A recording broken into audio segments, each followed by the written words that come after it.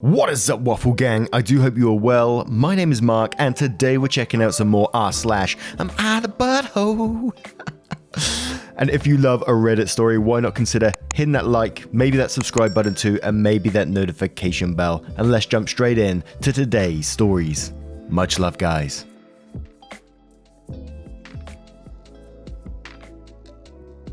Now, our first story does follow with a cheeky update, so be aware of that, and it's from a throwaway account titled Am I the Arsehole for telling on my friend over him tormenting me about my nut allergy, causing him to be suspended for a month and getting a charge.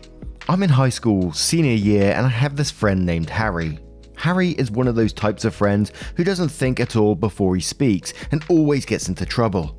One time, he got into so much trouble with the school over a planned vandalism between him and his friends. The school threatened if he got into any more trouble, he'll have a much more extreme punishment. During school, I proceeded to the cafeteria with a few of my mates, Gary and Dave. I wasn't really hungry, so I was just going to chill with my friends whilst they eat. Gary, Dave and Harry began to pull their lunches out of their bags. Harry unraveled one of the most disgusting sandwiches I've ever seen. It was a disgusting mess of a sandwich. It looked like 2 pieces of bread splattered onto a giant puddle of some brown substance, just pure sugar. Harry put the sandwich on the table and I began to examine it, and I realised it was Nutella. I began to slightly panic and I stood up and backed a bit away from the table, and I asked Harry if it was Nutella. Keep in mind, he knows about my nut allergy.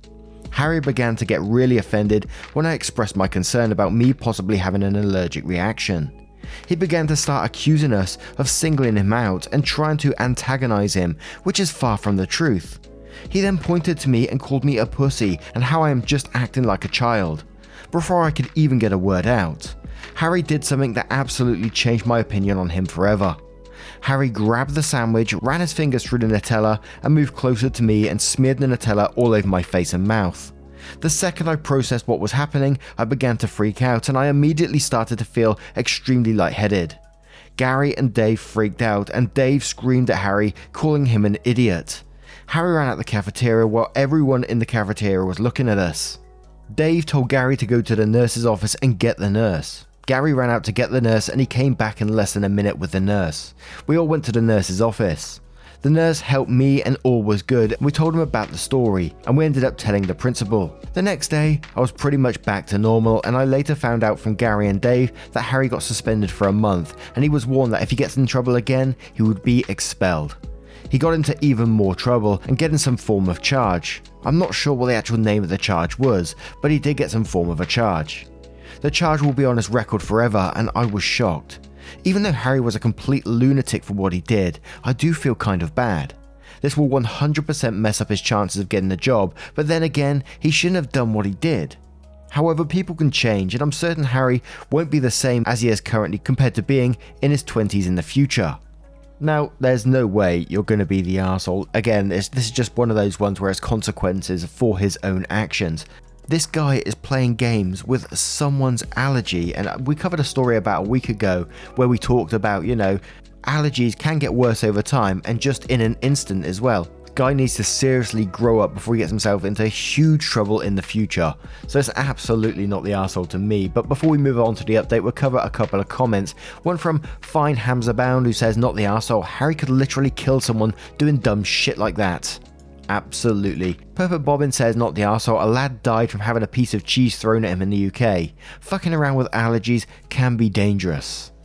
Tabby Cat says, not the arsehole, Harry is not your friend. Harry deliberately endangered your life. Also, Harry had gotten himself into trouble so many times and had been warned that one more thing was going to do it. This was the thing. You were absolutely innocent standby, and this guy needed a limit. They gave it to him. You cannot beat yourself up over this. If he doesn't have consequences, he will never learn, and it sounds like he needs to learn. Do not be friends with this person anymore. MGN says, not the arsehole, why is this person your friend? To which Opie replies, Gary and Dave from the story were actually some of the first people I met at high school, and they introduced me to Harry in the middle of high school. Harry began to start hanging out with some bad people, which had a huge influence on him. He went from being this cool, chilled, laid-back guy to being kind of a disrespectful prick. But since we knew him for so long, we tried to look past it. This incident was the nail in the coffin. And we'll have one more from Goldie Felix, who says, "Not the arsehole. You don't ever fuck around with someone's food allergies. That's disgraceful and surely assault. He deserves to be expelled for that. He's extremely lucky that you didn't have a bad reaction, but it just as easily could have been a serious reaction. Someone with a more serious allergy could have died. That's not something that should ever be taken lightly." Now the update says, Harry has now apologized to me, saying how his grandmother recently passed and that it affected his day and that he hopes I'm okay. Edit 2. I ended up sending this post to a few of my real life mates and it somehow ended up in the hands of Harry. He's now even more apologetic and has encouraged me to take down this thread as it's awkward for him to see. Update 3. I'm making peace with Harry and I'll be removing this thread as it is just creating more unnecessary problems between the both of us. Sorry, I'll keep it up for at least an hour and then I'll give it the boot. And it's one of those updates where I'm not sure quite how I feel about it in the end. Sure, Harry apologized, which, is a good thing. It's always a good thing when someone apologizes, but has he really changed? He's just trying to get you to take down the post because he feels awkward about it. He's talking about his feelings here again rather than what he did in this situation. So, I don't know, I feel kind of odd about this one. But let me know your thoughts in the comments below and we'll move on to the next story. And just a warning on our next story, it does involve talking about losing a young child, so please feel free to use the timestamps if you want to, and it's from a throwaway account titled "Am I the Arsehole for telling my brother and his wife that they were out of their minds for asking me to not celebrate my daughter's birthday." Me and sister-in-law, my brother's wife, have a dreadful relationship, but we're cordial as we can be. We were both pregnant at the time, but she went into labour early and the baby was taken to NICU. With serious health issues. I kept checking on my brother daily. He was so worried and couldn't eat or sleep properly for an entire week, while his wife literally kept posting pictures of their daughter on Facebook and gleefully saying she defeated me and had the first grandchild. She meant to be hurtful, but I took no offense because I understood she was trying to stay positive in bad circumstances. The day my daughter was born, my brother called me and my husband crying, saying his daughter was gone hours ago. We were devastated for him and sister-in-law. There were many things I couldn't do because I was afraid my sister-in-law was going to feel hurt. But throughout the next months, I started getting excluded from family events unless I leave my daughter at home. My husband thought my family were being unreasonable by making these requests, but Mum said it's a phase. My daughter's first birthday will be in a few days. We decided to celebrate at home. We got calls from family wanting to attend, which made my brother and sister-in-law upset because almost everyone apologised for not being able to attend my niece's death anniversary to attend my daughter's first birthday. I asked what can we do, and my brother and sister-in-law said they wanted me to cancel the party for my daughter since it's insensitive to celebrate her birthday this particular day while ignoring my niece's death. My husband and I said no because our daughter's first birthday is a huge event. My brother got agitated and called us cruel and that we were selfish and insisted I cancel the birthday if I love and care enough about his feelings as a grieving father. He added that my daughter won't remember anyway, so this party was for me and my husband. Mum suggested I move the party next day, but I said no. My daughter was born on X day, not Y day. Then I told my brother and his wife they were out of their mind to make such demands. My dad got in the middle of the argument after my sister-in-law started crying. I tried to end the conversation and my husband went to the car, but my brother stopped me at the door. I apologised, but I said I will still be celebrating my daughter's birthday. He angrily said he didn't know why I still felt the need to give him a load of bullshit excuses for being selfish and refusing to have some compassion towards his and his wife's loss. He said he knew I don't like his wife and knew that I knew how having the birthday will hurt and mess her mind up, and reminded me I was hurting him as well, but obviously I don't care because if I do I'd at least cancel the party for his baby's sake. He wrapped up by saying he won't ever speak to me if I go through with my plans. He gave me the most guilt-tripping look I'd ever seen, then left. It was bad and I can't help feeling guilt. My husband is insisting we have the party and keeps telling me we have nothing to feel guilty about. Now this is a tough one because obviously any couple losing a child like that has got to be absolutely devastating. They're going to be grieving for a very, very long time, I imagine. It's like we always say that, people grieve in different ways and they're clearly taking out on their own family at this moment. But you can't punish the daughter in this for, just being alive. That's absolutely ridiculous. I could understand, if they didn't want to go to your daughter's party, but To insist it just doesn't happen at all is just not on, and there needs to be a stop to that. But JJ Anthrax says, not the arsehole. What happened to them is very sad, but they don't get to wreck your daughter's birthday every year because something happened to them on that day. If you let them call the shots now, it will set a precedent that their dead child is more important than your living one and always will be. And that could have serious mental health repercussions on your daughter as she grows up. Pyro Tequila replies to that saying this: you stated that your family had been excluding you from events unless you didn't take your daughter. Then they're trying to guilt trip you into not celebrating her birthday and threatening to cut contact if you go ahead with the birthday celebration. Go ahead with it. It sounds like you'll be a lot happier without these people butting into your lives. Julie X replies to that saying they're going to punish this little girl forever for the crime of being alive if OP doesn't say enough is enough now. Anyone who thinks denying her daughter's existence is acceptable needs to be cut off. Sympathy for grief can't extend to unreasonable demands and tolerating hatred towards innocent parties.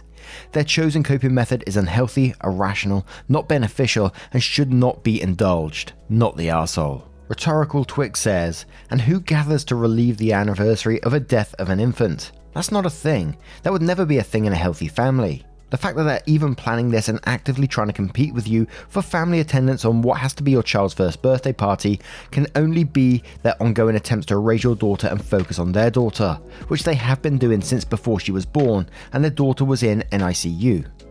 Firstly, there's no such thing as an anniversary of a wake or anniversary of a death of an infant that families gather to celebrate.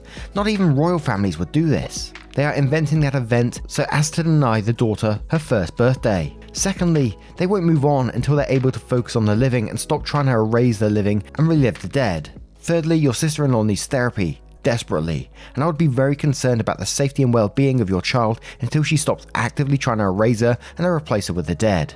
Edit, I guess this is a thing with some cultures or families, i.e. to have a church service or other memorial of the day of the death. I have never heard of a party/family gathering style memorial before. I apologize if I was mistaken. And 2, thank you so much for sharing your customs and family traditions in the post below. And JG700 says, not the arsehole, your child has been excluded from family stuff all year, that's wrong. People are saying it's just this birthday, but it will be the same every year. I'm sad for their loss, but your child is here and should be celebrating her first birthday. My so-called internet says not the arsehole. Are they going to insist your daughter never has a birthday party? Them not attending the party would have been completely understandable. Demanding you cancel it, it is not. They've experienced something horrendous and need to seek professional help. You not having a party will not alleviate their pain. And one more from Cat Herder who says not the arsehole. Your life doesn't stop because of their grief. Your daughter doesn't exist as a reminder of their loss, and celebrating her life is absolutely in no way disrespectful to your brother and sister-in-law. They need professional help. They need grief counseling, they need therapy, and they need for the family to stop indulging their incredibly unhealthy obsession with your living child. Your family should be there for your daughter's first birthday. That's where they belong. Celebrating her life and not indulging an unhealthy obsession with death. While I won't go into detail, I understand how their loss has affected them, and it's totally reasonable for them to have a dark day. But it's wildly inappropriate for them to demand that other people participate in it, much less demand that other people stop living their lives so they can continue to indulge in their unhealthy responses to loss. I hope you have a lovely first birthday party. She may not remember it, but she has still cherished the stories and pictures and the feeling of love which comes from other people fondly remembering your early life. Now, what do you guys make of this one? Let me know your thoughts in the comments below, and we'll move on to the next story. And our next story comes from Freezing to Death Metal, who says, am I the arsehole for making old people move from my paid stadium seats? I was with my college kid for a football game. The game was sold out. We arrived 5 minutes late due to being lost trying to find the seats, and found an entire family full of people in 2 of our seats. One was grandma and didn't even acknowledge me when I asked her where her seats were. I asked her 50-year-old son where their seats were, since she couldn't comprehend the idea of electronic paid seats. Her daughter in her late 40s comes trouncing in and says, yeah, you're going to have to make my 75-year-old mother move from her seats. I said, we paid for these seats and I came here from a 3-hour plane ride and had tickets. Grandma must have had seats in another cheap section, along with a child of hers. She was pissed and she said, I hope you feel good about making an old lady move. I saw Grandma move to several other seats during the game, so she was mobile and got around easily. I said, I'm fine with doing this because I paid for these seats and you're in them. She proceeded to huff and puff and then finally moved after she made a scene and screamed. I hope you feel good about yourself again. I said, I feel just fine with myself and I paid for these seats. These are our seats. For your information, I am a female, middle-aged and ethnic looking. Am I the arsehole? She kept claiming that you're making an old lady move from her seat. I mean, she got to that seat in the first place and they're just entitled for trying to steal your seat. I often get this kind of thing myself, especially on the trains. On our local trains, people always sit in the reserved seat. And some people get embarrassed about asking people to move out of their seats. I know it's strange. I mean, I did used to be like that when I was a bit younger, to be fair. I even had one guy when I was going to Wolverhampton once who said, oh, I'm going to need to see your ticket then. And I was like, no, you don't need to see my ticket, you cheeky bastard. But I absolutely hate it when people just feel entitled to take other people's seats like that. So that one's a definite not the arsehole from me. But Justin Van says, not the arsehole, the old part is irrelevant. They were capable enough to get there, get to the wrong seats and had familial support around them. You ask people to move from your paid seats, as is your right. The daughter, of course, is the arsehole. Any scientist says not the arsehole, entitled much. If she's not embarrassed stealing, you shouldn't be embarrassed calling her out. The nerve of some people. Yellow Demo says not the arsehole, your seats, you booked the tickets, she found an easy place to sit in a more expensive section. She'd have to deal with the consequences for taking over someone's seats when the inevitable happened. And thus says not the arsehole, grandma should have bought the tickets to sit there. Simple. Her rage had nothing to do with the scenario, so tired of the respect your elders crap. How about we respect everyone and lady and her grandma move because you pay for the damn seats? If the woman was so worried about her poor old mum, she could have given her mum her own seat so she didn't have to move far. Now, a little quick story there, but what is your thoughts on this one? How would you react in that situation? If you found someone sitting in your seat, would you have the confidence to go up to him and just say, like, get out? Let me know your thoughts on that one and we'll move on to the next story.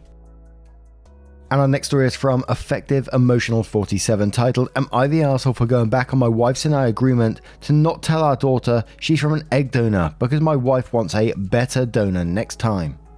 I love my wife very much, but I'm starting to see her in a different light. When we started trying for children and having difficulty, we saw a specialist. There we found that my wife's eggs are not viable and basically don't work. She can still physically carry a pregnancy, just not with her eggs. We were devastated, especially my wife.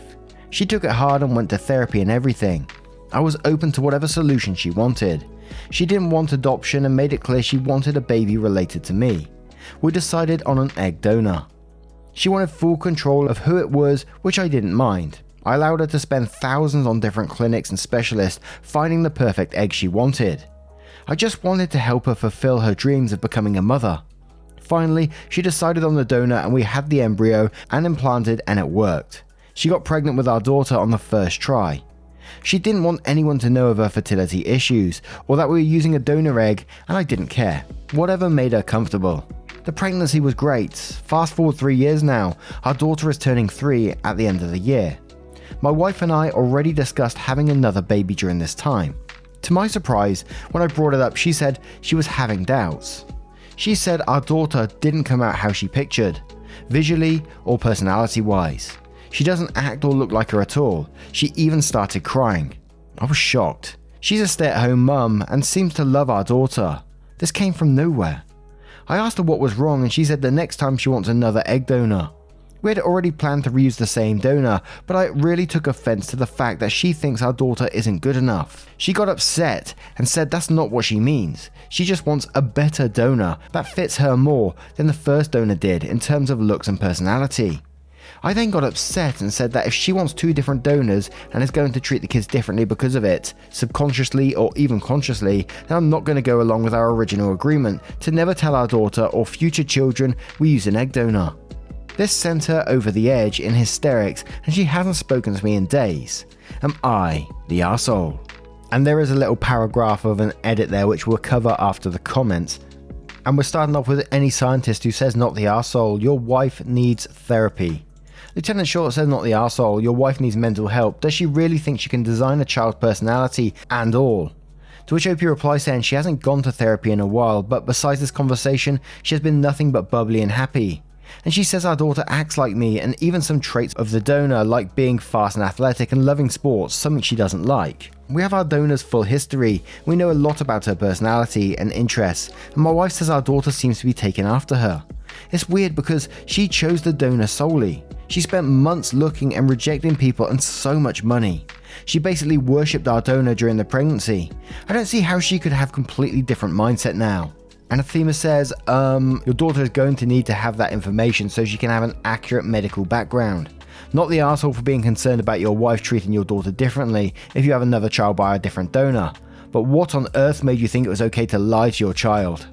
Reddit Buju says, you have bigger issues with your wife. Her idea of children is warped. Even biological children do not always have their parents' personalities. Her idea of how your children should look like and how they should behave is worrying. I don't know if therapy or counselling is part of the fertility process, but it seems there's a big disconnect between reality and what is going on in her mind. Regardless of the outcome about the second child, your wife needs some help. There's a reason why most people advise couples to let their children know as soon as possible about their genetics. Most of the times when this information is not provided properly, there are lots of problems that are harder to deal with than when the topic is dealt with early. No one's an arsehole here. I don't think both of you are the arseholes. You're both in a difficult situation. Infertility is a hard issue to deal with. And one more from Beep Blip Blap Bloopoo says everyone sucks here. This is a terrible agreement. Your daughter deserves to know where she came from. And honestly, how do you expect to keep this away from her anyways? The first time she needs medical history or genetic test, your lie will be exposed. And the little edit says, so I spoke to my wife and she's still not talking to me a lot, but I recommended we go to therapy and she said no, and that she thought about it and she wants to use the same donor again and just forget what she said, but I just can't. I told her that we should wait and she got upset again. I haven't brought up telling our daughter about it yet because I don't want to rock the boat too much. That seems to be what's really upsetting her. Now, what do you guys make of this story? How would you deal with it if you found yourself in that situation? Let me know your thoughts and we'll move on to the next story. And our next story comes from Am I the Arsehole Sold Jewelry, titled Am I the Arsehole for selling most of the jewelry my husband bought me when I had other options? There was a 2-year period where my husband and I were separated. My husband had a habit of buying me expensive jewelry during our marriage. During the separation, I sold the majority of it to support myself until I found a job in my new location. By some miracle we reconciled, but I never mentioned having sold the jewelry because I didn't know how to bring it up, and he never seemed to notice it was missing. His cousin is getting married soon. I'm a bridesmaid and she recently came over to see me in my dress. While she was over, she mentioned a necklace I used to have that would look perfect with the dress. I told her I didn't think it would look nice because I don't have it anymore, and I didn't know how to admit that to her. Later when we were having dinner, she brought it up again in front of my husband. She asked his opinion and he agreed that the necklace would look good with a dress and suggested I try it on just to humour her. I finally had to admit that I didn't have it anymore. He never said anything in front of his cousin, just got quiet, but after she left, he brought it up again. I tried to explain that I sold it because I needed the money, but he wouldn't accept that reasoning. To be fair, he did keep adding money to our joint account the entire separation, but I never touched it for several reasons. The biggest being I didn't want him to use the transactions to figure out where I was, and I didn't want to keep relying on him when I thought we were over for good. He asked me if it was just the one necklace, so I had to admit that I sold most of it. He wanted me to show him what I had kept, which I did. After he saw, he got really upset with me and asked if the things he gave me had so little meaning to me and I would just flog them off for peanuts when I had other options. I didn't know what to say and he's clearly still angry at me. Am I the arsehole? Now to me this one kind of felt like one of those very rare no one's an arsehole here, and I say don't jump on my back just yet. And I say that because they were separated. 2 years is a fairly lengthy time, right? And the necklace were given to OP. They were gifts, they're hers now. They belong to her so she can do with them as she pleases. And she was in a bit of a bind, needed the money, so sold them. There's nothing wrong with that whatsoever. So that's a definite not the arsehole side for me. But I can't blame the other half totally for feeling upset, you know. I kind of stepped into his shoes for a couple of seconds and, you know, seeing as jewelry that I purchased for someone and, you know, I took the time to think about what they might like, their kind of style, and hopefully it means something to them to know that it's just gone now, I think would be quite an upsetting thing. So I think his feelings in that, you know, is okay to feel that way, and you can't hate on him for feeling a little bit upset about it. I mean, if he takes it any further, then he would start stepping into arsehole territory, but regarding these feelings, I can't call him an arsehole for that. However, one of the lines that jumped out to me where it said I didn't want him to use the transactions to figure out where I was, and that was a bit concerning, wasn't it? But yeah, for now, with the information I got, I'm going to go for a no one's an arsehole here. Broken Landmine says not the arsehole. I think that being separated for 2 years is a long time. Either way, they were gifts, yours to do with as you wish. To which Katharina says and replies to that saying, plus, OP was assuming they were over for good. She was moving on with her life and trying to be self-reliant. Why would she keep loads of valuable sentimental items that just remind her of her failed marriage, while continuing to rely on the ex for financial support? Keeping the jewellery only makes sense if she was holding out the hope that they'd get back together, which is not really a healthy approach to a breakup. It's great that they ended up back together, but she had no way of knowing what would happen. He doesn't get to be mad, she couldn't see the future. He's hurt, they meant so little to her. But she likely sold them at least partially because they meant so much. They were painful reminders of love that ended. She was, totally justifiably, trying to move on. Counterpoint Sue says, I don't think anyone is the arsehole here. 2 years is a long time to be separated, and jewellery was yours to do with as you wished. I do understand why he's upset though. He probably really enjoyed picking out those pieces for you and feels hurt in his mind you didn't value them as much. Validate, validate, validate. He needs to have his hurt feelings validated. It doesn't mean you have to apologise for selling the jewellery, but just acknowledge that you see he's been very hurt by this disclosure and that you're sorry about that. Also, you owe him an apology for not disclosing it right away. It would have been easier if you had told him right after you reconciled, because the reasons for the separation would have been fresh in both of your minds and the rational part of his brain might have been more immediately accepting. After all this time, the memories about the ref may feel more hazy, so the new knowledge of this sale of the jewellery may feel like a bigger betrayal to him. He may feel you are being deceitful in hiding this. I suggest you offer him the opportunity to tell you everything he's feeling about selling of the jewellery. Listen and don't respond. When he seems to be running out of steam, ask if there's anything else he wants to share. Listen some more. Once he's really finished, then you can respond by acknowledging that you see he's really hurt and you're sorry to have caused that hurt. Most of the time, people just want to be heard. Hear him. It's the most loving thing you can do right now. Yes, you did what you had to do. He doesn't want to hear that right now. Once he gets past the emotional part, he'll start to reason that out for himself. Right now, he just needs to move past the hurt feelings. Enlist a therapist for a session or two if you need help. Good luck. Sci-Fi Emma says, not the arsehole. Gifts are only gifts if they have no strings. Integranda says, no one's an arsehole here. You get to do what is right for you at the time, and he gets to be upset that your separation meant meaningful things from earlier in your relationship no longer exist. Cat Bean says, info. Why didn't you want him to work out where you were? Did you mean you were living or going out and about? OP replies saying, we didn't end on good terms, and I didn't want to see him at all. If he knew where I was, he would have 100% have shown up. Living, but also going out and about too. And let's have one more from the Shadow People who says, no one's an arsehole here. You had to do what you had to do, which is understandable. I understand his side too. He's allowed to be hurt. Really, all there is to do is tell him what happened can't be changed, that you do feel bad about it now and you're sorry. He shouldn't keep dwelling on it though. He does need to eventually let it go. Now, what do you guys make of this story? What are your thoughts on all of today's stories? I would love to hear them in the comments if you have a moment of your time to share them. A huge thank you for spending 20 to 30 minutes with me today. Get involved with the channel, means the absolute world, and I will see you in the next one. Take care, guys. Much love.